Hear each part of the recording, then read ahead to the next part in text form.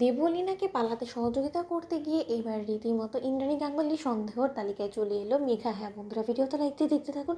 যে মুহূর্তে কিনা ইন্দ্রাণী গাঙ্গুলি দেবলীনাকে হাতে নাতে জাপটে ধরে ফেলে এবং দেবলীনা মুখোশটা টেনে ছিঁড়ে ফেলে দিতে নেয়, ঠিক সেই সময় মেঘা নিজের চালাকি খাটিয়ে দেবলীনাকে যখন কিনা সেখানে পালাতে সহযোগিতা করে, ঠিক তার পর মুহূর্তে অল্পের জন্য হাত ফসকে যখন দেবলীনা সেখান থেকে পালিয়ে যায় ইন্দ্রাণী গাঙ্গুলির, ঠিক সেই সময় ইন্দ্রাণী গাঙ্গুলি মেঘাকে সপাটে চড় মারে এবং বলতে থাকে যে তোমার সাহস তো কম না মেঘা, যেখানে কিনা আমি আর একটু হলেই ওর চেহারাটা দেখে ফেলতে পারতাম, সেখানে তুমি কে যে তুমি এই মাঝখানে হস্তক্ষেপ করলে, তুমি আমার কাজে ব্যাঘাত ঘটালে, অল্পের জন্য ও আমার হাত ফসকে চলে গেল। কিন্তু মেঘা, আমার তো এখন বেশ মনে হচ্ছে যে এই সমস্ত কর্মকাণ্ডের মধ্যে তোমার সম্পূর্ণরূপে হাত আছে, ইন্ধন আছে, নয়তো তুমি কেন তার চেহারা আমাকে দেখতে দিলে না, তুমি কেন আমাকে ওকে ধরতে দিলে না বলো। তার মানে তো আমার মনে হচ্ছে যে তুমি ওর সঙ্গে সম্পূর্ণরূপে জর্জরিত। ঠিক সেই সময় মেঘা যখন বলতে থাকে যে মনি, আমার মাথা কাজ করছে না, আমার জন্য এখন ফার্স্ট প্রায়োরিটি তোমাকে কী করে সুস্থ সবলভাবে এখান থেকে আমরা ফিরিয়ে নিয়ে যাবো, কারণ এই জায়গাটা যথেষ্ট পরিমাণে রিস্কি।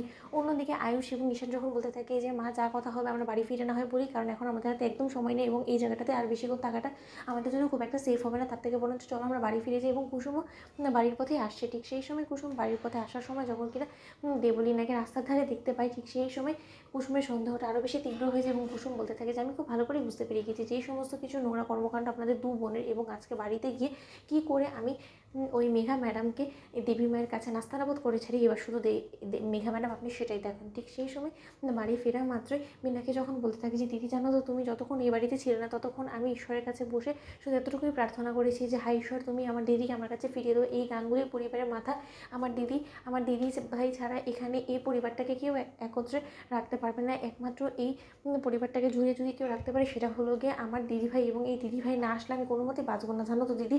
আমার প্রার্থনা ঈশ্বর সাড়া দিয়ে তোমাকে ফিরিয়ে দিয়েছে। ঠিক সেই সময় ইন্দ্রাণী গাঙ্গুলি যখন কিনা মেঘা সেখান থেকে চলে যেতে না, ঠিক সেই সময় ইন্দ্রাণী গাঙ্গুলি বলতে থাকে যে দাঁড়াও মেঘা, এত সহজে তো তুমি আজকে কোনো মতে পালাতে পারবে না। ঠিক সেই সময় কুসুম যখন সেখানে চলে আসে এবং রাজশেখর গাঙ্গুলি যখন বলতে থাকে যে সত্যি কুসুম, তুমি যদি ঠিক সময় মতন আমাদেরকে দূরে থেকেও সহযোগিতা না করতে, এরকম আইডিয়া না দিতে, তাহলে হয়তো বা ইন্দ্রাণী কোনো মতেই আজকে আমাদের সামনে উপস্থিত থাকতো না। ঠিক সেই সময় কুসুম যখন কিনা মেঘাকে নিজে ছদ্মবেশে দেখতে পাই, ঠিক সেই সময় কুসুম বলতে থাকে যে আচ্ছা মেঘা ম্যাডাম, আপনি আমাকে একটা কথা বলুন তো, আপনি হঠাৎ করে আমার পোশাক আশাক কেন পরেছেন বলুন তো।